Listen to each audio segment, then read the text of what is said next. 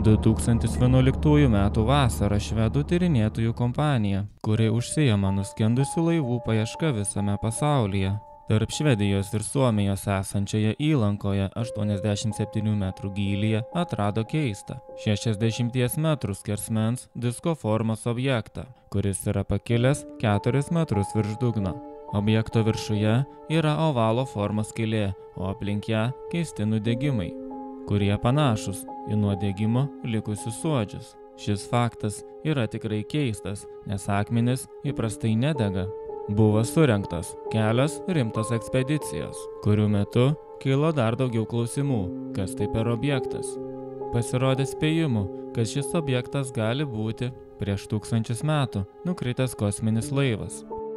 Narai nusileidę prie objekto pastebėjo kelias keistas ypatybės, į kurias iki šiol nėra atsakymo.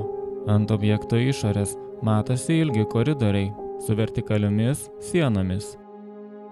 Taip pat šalia objekto yra fiksuojami nenormalūs radijo signalai. Be to, speciali narų įranga šalia objekto fiksuodavo keistus temperatūros ir kompaso nukrypimus nuo normos. Prietaisai kartais rodydavo, kad vandens temperatūra yra -1 laipsnis, o tai reiškia, kad vanduo turėtų užšalti. Ištyrus paimtus objekto pavyzdžius, mokslininkus suglumino gauti rezultatai, nes aptiktas akmuo yra bazaltas, turintis daug sudegusios organinės medžiagos pėdsakų.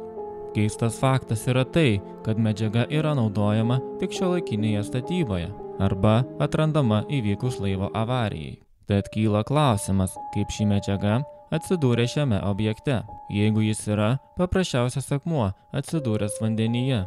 Nusileidus šalia objekto iš karto sutrikdavo fotoaparatai ir kiti elektros prietaisai. Dėl šių priežasčių geros kokybės vaizdo medžiagos yra gana nedaug.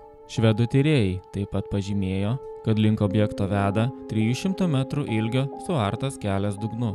Taip pat yra keistas Švedijos ir Suomijos vyriausybių požiūris. Šalis apie tai nekalba visai.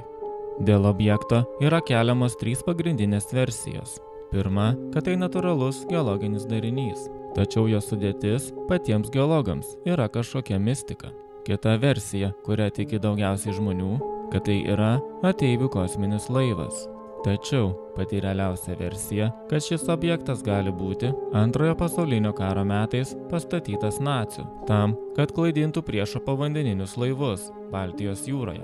Bet kaip jis čia buvo atgabentas, kodėl jis yra disko formos ir kodėl jis skleidžia anomalinius reiškinius, išlieka kol kas neaišku. Ačiū, kad žiūrėjote ir tikiuosi paspausite prenumeruoti.